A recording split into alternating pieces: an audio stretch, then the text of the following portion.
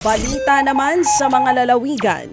Nagkasundo na ang mayor at vice mayor ng bayan sa Tobias Fournier sa Antique matapos po ang nangyaring sapakan na napanood ng sambayanan.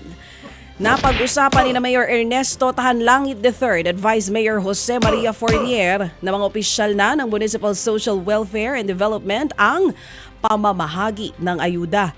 Ipinunto rin ng ahensya na walang partikular na opisyal ng LGU ang dapat manguna sa pamamahagi ng anumang ayuda.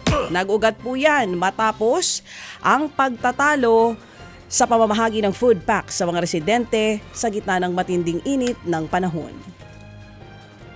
Patay naman ang isang lalaki matapos pagbabarilin sa loob ng kanyang bahay sa Cebu City.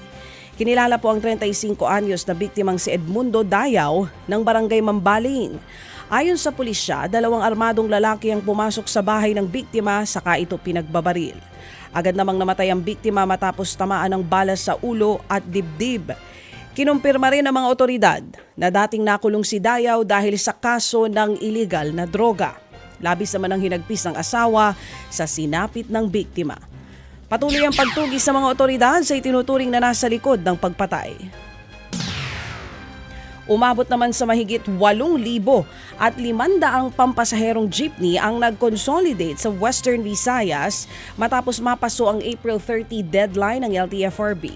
Ayon sa Land Transportation Franchising and Regulatory Board Region 6, sakop yan ng 69.2% ng rehiyon. Ayon nga sa ahensya, posibleng aabot sa 2,000 at 500 PUJ ang posibleng mawala ng prangkisa matapos ang naturang deadline. Sakaling mapatunayang hindi na-consolidate ang mga pumapasada pa rin na mga public utility jeepney sa probinsya, maaari na silang hulihin ng mga otoridad. Ted Filon at DJ Chacha ngayon nasa Radyo 5 92.3 News FM Monday to Friday 6 to 10 a.m.